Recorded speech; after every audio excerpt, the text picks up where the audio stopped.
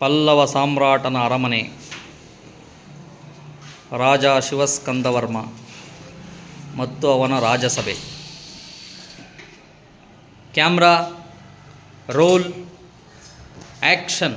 ಇಂದು ನಿಮ್ಮೆಲ್ಲರನ್ನು ಈ ರಾಜ್ಯಸಭೆಗೆ ಆಹ್ವಾನಿಸಿದ ಕಾರಣವಿಷ್ಟೇ. ಕಾಂಚೀಪುರದಿಂದ ತಪ್ಪಿಸಿಕೊಂಡ ರಾಜದ್ರೋಹಿ ಒಬ್ಬನು ನಮ್ಮ ಶತ್ರುಗಳಾದ ಆ ವೈಜಯಂತಿಯ ಮಂತ್ರಿ ಮತ್ತು ಸೈನ್ಯಾಧಿಪತಿಗಳನ್ನು ಸೇರಿ ತಲೆಮರೆಸಿಕೊಂಡಿದ್ದಾನೆ. ಅವರೆಲ್ಲರೂ ಒಟ್ಟಿಗೆ ಗೂಡಿ ಬಲಾಢ್ಯದಿಂದ ನಮ್ಮೆದುರು ವಿಜೃಂಭಿಸುವ ಮೊದಲು ಅವರನ್ನು ಧ್ವಂಸ ಮಾಡಬೇಕೆಂದು ಶಪಥ ಮಾಡಿ ಎಲ್ಲರೂ. ಮಹಾರಾಜರು, ನಿನ್ನೆ ನಡೆದ ಒಂದು ಘಟನೆಯ ಬಗ್ಗೆ ಇಷ್ಟೊಂದು ಯೋಚಿಸುವ ಅಗತ್ಯವಿಲ್ಲ. ಈಗಾಗಲೇ ನಮ್ಮ ಗೂಢಾಚಾರ್ಯರು ದೇಶದ ಮೂಲೆ ಮೂಲೆಗಳಲ್ಲಿ ಹುಡುಕುತ್ತಿದ್ದಾರೆ. ಆ ರಾಜದ್ರೋಹಿ ಮಯೂರವರ್ಮನು ಅತಳ ವಿತಳ ಸುತಳ ತಳಾತಳ ಪಾತಾಳದಲ್ಲಿ ಎಲ್ಲೇ ಅಡಗಿದ್ದರು. ಅವನನ್ನು ಮಾತ್ರ ನಮ್ಮವರು ಸುಮ್ಮನೆ ಬಿಡುವುದಿಲ್ಲ. ಮಂತ್ರಿಗಳೇ, ಆ ಮಯೂರನ ನಡೆಯುವುದು ಅಷ್ಟೊಂದು ಸುಲಭವಾದ ಕಾರ್ಯವಲ್ಲ. ಹೌದು, ಅಣ್ಣ ಹೇಳ್ತಿರೋದು ನಿಜ. ಅವನನ್ನು ಎಳೆಯಲು ನಿಮ್ಗೆ ಯಾರಿಗೂ ಸಾಧ್ಯವಿಲ್ಲ. ಏಕೆ ಸಾಧ್ಯವಿಲ್ಲ? ಹೌದೌದು, ಈ ಅಣ್ಣ ಹೇಳ್ತಿರೋದು ನಿಜ. ಏಕೆ ಸಾಧ್ಯವಿಲ್ಲ? ಅವನು ಒಬ್ಬನೇ ಇದ್ದಾಗಲೇ ನಮ್ಮಿಂದ ಹಿಡಿಯಲು ಸಾಧ್ಯವಾಗಲಿಲ್ಲ. ಅವನು ಸೈನ್ಯದೊಂದಿಗೆ ಬಂದಾಗ ಹಿಡಿಯಲು ಸಾಧ್ಯವೇ? ಇದು ಎಂತಹ ಮಾತು ಅಪ್ಪಾಜಿ! ನಾವು ಯಾರು? ಪಲ್ಲವರು ಸಾವಿರಾರು ರಾಜ್ಯ ಮನೆತನಗಳಿಂದ ಕಪ್ಪ ಕಾಣಿಕೆಯನ್ನು ಪಡೆದಿರುವ ವೀರರು, ಶೂರರು, ಸಾಮ್ರಾಟರು. ಯಾಕಶ್ಚಿತ್ ಆ ಬೀದಿ ಭಿಕಾರಿ ಮಯೂರವರ್ಮನನ್ನು ಹಿಡಿಯಲು ಅಸಮರ್ಥನೆಂದರೆ ನಾಚಿಕೆ ಗೇಡಿನ ವಿಚಾರ. ಯುವರಾಜ, ಅಂದು ಅವನು ಈ ರಾಜ್ಯಸಭೆಗೆ ಅವಮಾನ ಮಾಡಿದ. ಮತ್ತೊಂದು ದಿನ ಅವನು ಇದೇ ರಾಜ್ಯಸಭೆಗೆ ನುಗ್ಗಿ ನನ್ನ ಶಿರವನ್ನು ಆರಿಸಲು ಹಿಂಜರಿಯುವುದಿಲ್ಲ. ಒಪ್ಪಣೆ ಕೊಡಿ ಅಪ್ಪಾಜಿ. ಆ ಬೀದಿ ಭಿಕಾರಿ ಮಯೂರವರ್ಮನು ಭೂ ಕೈಲಾಸದಲ್ಲಿ ಎಲ್ಲೇ ಅಡಗಿದ್ದರು. ಅವನನ್ನು ಏಕೆ ರಾಜಕುಮಾರ ನಿಲ್ಲಿಸಿ ಬಿಟ್ಟೆ? ಮುಂದುವರೆಸು ನಿನ್ನ ಅರ್ಥವಿಲ್ಲದ ಒಣ ಭಾಷಣವನ್ನ. ಕೇಳಲು ತುಂಬಾ ಸೊಗಸಾಗಿದೆ. ಯಾಕೆ ಈ ಮಯೂರನನ್ನು ನೋಡಿದ ಕೂಡಲೇ ಗಂಟಲು ಕೊಣಗಿದೆ? ಏನಂದೆ? ನಿನ್ನದು ಪುರುಷತ್ವ ಇಲ್ಲದ ಶೌರತ್ವ ಎಂದೆ. ಎಲೆ ನಾಯಿ! ಯಾರ ನಾಯಿ?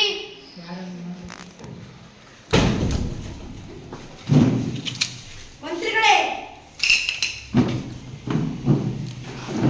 ಈನೇ ಮಯೂರವರ್ಮನಾದ ಮೇಲೆ ಯಾರನ್ನು ನೋಡಿದ ಕೂಡಲೇ ಪಲ್ಲವ ಸಾಮ್ರಾಟನ ಸಿಂಹಾಸನವನ್ನು ನಡುಗಿತೋ?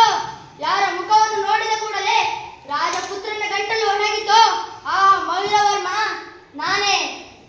ನೀನೇ ಮಯೂರವರ್ಮನಾದ ಮೇಲೆ ಕಾಂಚೀಪುರದಲ್ಲಿ ಗೋಮುಖ ಧರಿಸಿ ಎಳೆಸಿದ್ದ ಕಾರಣವೇನು? ಕಾಡಿನಲ್ಲಿರಬೇಕಾದ ಸಿಂಹ ನಾಡಿಗೆ ಬಂದು ಗೋವುಗಳ ಜೊತೆ ಬೆಳೆಯಿತು. ತಾನು ಗೋವೆಂದೇ ಭಾವಿಸಿತು. ಕಾಡಿಗೆ ಹೋದ ಮೇಲೆ ತಿಳಿಯಿತು ಅದು ನಿಜವಾದ ಸಿಂಹ ಎಂದು. ಕಾಡಿನ ಸಿಂಹ ನಾಡಿಗೆ ಬರಲು ಕಾರಣವೇನು? ಕಾಡಿನಲ್ಲಿ ಗೆಡ್ಡೆ ಗೆಣಸು ತಿನ್ನುತ್ತಿದ್ದ ಸಿಂಹ ಕೂಳಿಲ್ಲದೆ ನಾಡಿಗೆ ಬಂದಿರಬೇಕು. ಮುಚ್ಚುಬಾಯ್! ಕೂಡಿಗಾಗಿ ಬಂದಿಲ್ಲ ಮಾತಿನ ವೀರ. ನಮಗಾಗಿರುವ ಅನ್ಯಾಯಕ್ಕಾಗಿ, ನಿಮ್ಮಿಂದಾಗಿರುವ ಅಕ್ರಮಕ್ಕಾಗಿ ಎಂದು ಎಚ್ಚರಿಸಲು ಬಂದೆ. ಪಲ್ಲವರಿಂದ ಅನ್ಯಾಯವೇ? ಹೌದು, ಪಲ್ಲವರಿಂದ ಅನ್ಯಾಯವೇ? ಅನುಮಾನವೇ ಯುವರಾಜ. ಪಲ್ಲವ ಸಾಮ್ರಾಜ್ಯವನ್ನು ಎಲ್ಲೆಡೆ ವಿಸ್ತರಿಸಬೇಕೆಂಬ ದುರಾಸೆಯಿಂದ ರಾಜ ಚಂದ್ರವರ್ಮನನ್ನು ಮೋಸದಿಂದ ಕೊಲ್ಲಿಸಿದವರು ಯಾರು? ರಾಣಿ ಪುಷ್ಪಾವತಿಯು ತನ್ನ ಕಂದನನ್ನು ಉಳಿಸಿಕೊಳ್ಳಲು ಓಡುತ್ತಿರುವಾಗ ನಿಷ್ಕರುಣೆಯಿಂದ ಕೊಂದವರು ಯಾರು? ವೈಭವ ಕದಂಬ ಸಾಮ್ರಾಜ್ಯವನ್ನು ಮೋಸದಿಂದ ಕಸಿದುಕೊಂಡವರು ಯಾರು? ಆ ಘಟನೆಗೂ ನಿಮಗೂ ಏನು ಸಂಬಂಧ? ಸಿಂಹಾಸನದಲ್ಲಿ ಕುಳಿತಿರುವ ನಿಮಗೂ ಇಲ್ಲಿ ಕುಳಿತಿರುವ ಯುವರಾಜರಿಗೂ ಯಾವ ರೀತಿ ಸಂಬಂಧವಿದೆಯೋ ವೈಜಯಂತಿಯ ಅರಸರಿಗೂ ನಮಗೂ ಅದೇ ಸಂಬಂಧ. ಸೊಗಸಾಗಿದೆ. ಈ ಬೀದಿ ಭಿಕಾರಿ ಹೇಳುತ್ತಿರುವ ಮಾತು ನಿನ್ನೆ ಮೊನ್ನೆವರೆಗೂ ಬೀದಿಯಲ್ಲಿ ಕೂಳಿಗೋಸ್ಕರ ಅಣಿಯುತ್ತಿದ್ದ ಈ ಭಿಕಾರಿ ವೈಜಯಂತಿ ಅರಸರ ಮಗನಂತೆ. ಈ ನಾಯಿ ಬೊಗಳುತ್ತಿದೆ, ನೀವೆಲ್ಲರೂ ಕೇಳುತ್ತಿದ್ದೀರಿ. ಹರಿಶ್ಚಂದ್ರ ಸ್ಮಶಾನಕ್ಕಾದ, ನಳರಾಜ ಅಡಿಗೆವನಾದ, ಧರ್ಮರಾಯ ವನವಾಸ ಮಾಡಿದ, ಚಂದ್ರಹಾಸ ಬೀದಿಯಲ್ಲಿ ಮಲಗಿದ. ನಿನ್ನಂತ ಮಂದಗತಿಗಳು ಗೌರವಿಸಿದ ಮಾತ್ರಕ್ಕೆ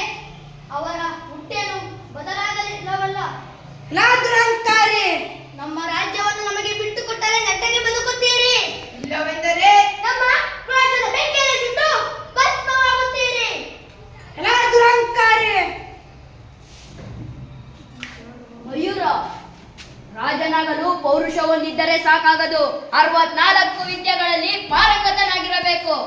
ಅದಕ್ಕಾಗಿಯೇ ನಮ್ಮ ವಿದ್ಯಾಭ್ಯಾಸ ಕಾಂಚೀಪುರದಲ್ಲಿ ನಡೆದಿದೆ. ಮಹಾರಾಜರು ಅನುಮಾನವಿದ್ದಲ್ಲಿ ಪರೀಕ್ಷಿಸಿಕೊಳ್ಳಬಹುದು. ಪರೀಕ್ಷಿಸಿಯೇ ಬಿಡೋಣ. ಪ್ರಜೆಗಳನ್ನು ತಂದೆಯಂತೆ ಕಾಣುವ ರಾಜರ ಬಂಧುಗಳ್ಯಾರು? ಸತ್ಯ, ಶಾಂತಿ, ದಯೆ, ಧರ್ಮ, ಕ್ಷಮೆ. ನಿಜವಾದ ಜ್ಞಾನಿ ಯಾರು? ಪರ ಸ್ತ್ರೀಯರನ್ನು ತಾಯಿಯಂತೆಯೂ ಪರ ದ್ರವ್ಯವನ್ನು ಮಣ್ಣಂತೆಯೂ ಸಕಲ ಜೀವಿಗಳನ್ನು ತನ್ನಂತೆಯೂ ಕಾಣುವವನೇ ಜ್ಞಾನಿ. ದೇಹದಲ್ಲೇ ಅತ್ಯಂತ ಪ್ರಮುಖವಾದ ಶಿರಸ್ಸು. ಇಂದ್ರಿಯಗಳಲ್ಲೇ ಪ್ರಧಾನವಾದದ್ದು ಕಣ್ಣು. ರಾಜ್ಯಸಭೆಗೆ ಪ್ರಧಾನವಾದದ್ದು ಪಂಡಿತರು ಸಂದೇಶಿಗೆಳುವುದು ಸಹವಾಸದಿಂದ. ಕ್ಷತ್ರಿಯರ ಪ್ರಧಾನ. ಕ್ಷತ್ರಿಯರಿಗೆ ಪ್ರಧಾನವಾದ ಪೌರುಷ ನಿನಗಿಲ್ಲದ್ದು. ಎಲ್ಲೇ ನಾಯಿ ವಿಷ್ಣುಗೋಪ. ತಪ್ಪನೆ ಮಾಡದಿರುವ ಮನುಷ್ಯ, ಮುಟ್ಟದೇ ಇರುವ ಮನುಷ್ಯ, ಸತ್ತಿರುವ ಮನುಷ್ಯ, ಚಿತ್ರಪಟದಲ್ಲಿ ಕಾಣುವ ಮನುಷ್ಯ. ವಿಪ್ರ ಕೆಡುವುದು ವಿದ್ಯಾಭ್ಯಾಸ ಇಲ್ಲದಿರುವುದರಿಂದ. ರಾಜ ಕೆಡುವುದು ದುರಾಲೋಚನೆಯಿಂದ. ಜಗತ್ತಿನಲ್ಲಿ ಅತ್ಯಂತ ತೀಕ್ಷ್ಣವಾದದ್ದು ಬೆಂಕಿ. ಅದಕ್ಕಿಂತ ತೀಕ್ಷ್ಣವಾದದ್ದು ಭೀಷ್ಮನ ಪ್ರತಿಜ್ಞೆ. ಅದಕ್ಕಿಂತ ತೀಕ್ಷ್ಣವಾದದ್ದು ಇದು ಎಚ್ಚರಿಕೆ. ಯಾರಾದರೂ ಒಂದು ಹೆಜ್ಜೆ ಮುಂದಿಟ್ಟರು ನಿಮ್ಮ ಮಹಾರಾಜನ ತಲೆ ಚೆಂಡಿನಂತೆ ನೆಲಕ್ಕುಳ್ಳುವುದು. ಮಂತ್ರಿಗಳೇ, ಕಂಡಿರ ಮಹಾರಾಜ, ಅರಳಿನಂತೆ ಉರಿಯುತ್ತಿದ್ದ ನಿಮ್ಮ ಈ ವೀರರು ಕತ್ತಿ ಹಿಡಿದ ಕ್ಷಣ ಹೇಗೆ ಮೆತ್ತಗಾದರು ಅಂತ ಕರೆಯಿರಿ. ನಿಮ್ಮ ವೀರರು ಶೂರರು, ಧೀರರು, ಮೇಧಾವಿಗಳು, ಪ್ರತಾಪಶಾಲಿಗಳು, ಪ್ರಶ್ನೆಗಳ ಮಳೆಯನ್ನೇ ಸುರಿಸಿದ ಪಂಡಿತರು, ಮಾತಿನ ಮಲ್ಲರು. ಮಾತಿನ ಮಲ್ಲರು. ಕರೆಯಿರಿ, ನೋಡೋಣ. ನೋಡೋಣ. ಹೆದರಬೇಡಿ ಮಹಾರಾಜ, ನಾವು ಕದಂಬರು. ಕನ್ನಡ ತಾಯಿಯ ಮಡಿಲಲ್ಲಿ ಬೆಳೆದ ಮಕ್ಕಳು. ಕನ್ನಡಿಗರ ಧರ್ಮ, ಕನ್ನಡಿಗರ ನೀತಿ, ಕನ್ನಡಿಗರ ಸಂಸ್ಕೃತಿ ನಮ್ಮ ರಕ್ತ ನರನಾಡಿಗಳಲ್ಲೂ ಹರಿಯುತ್ತಿದೆ. ದುಷ್ಟನೇ ಆಗಿರಲಿ, ದ್ರೋಹಿಯೇ ಆಗಿರಲಿ, ಅವನೆಂಥ ನೀಚ ಕಾರ್ಯಗಳನ್ನೇ ಮಾಡಿರಲಿ, ಅವನ ಸಹಾಯಕನಾದವನಿಗೆ ಅವನ ಮೇಲೆ ಕರುಣೆ ತೋರಿಸುವುದು ನನ್ನ ಹುಟ್ಟು ಗುಣ. ರಾಜ್ಯವನ್ನು ಹೇಗೆ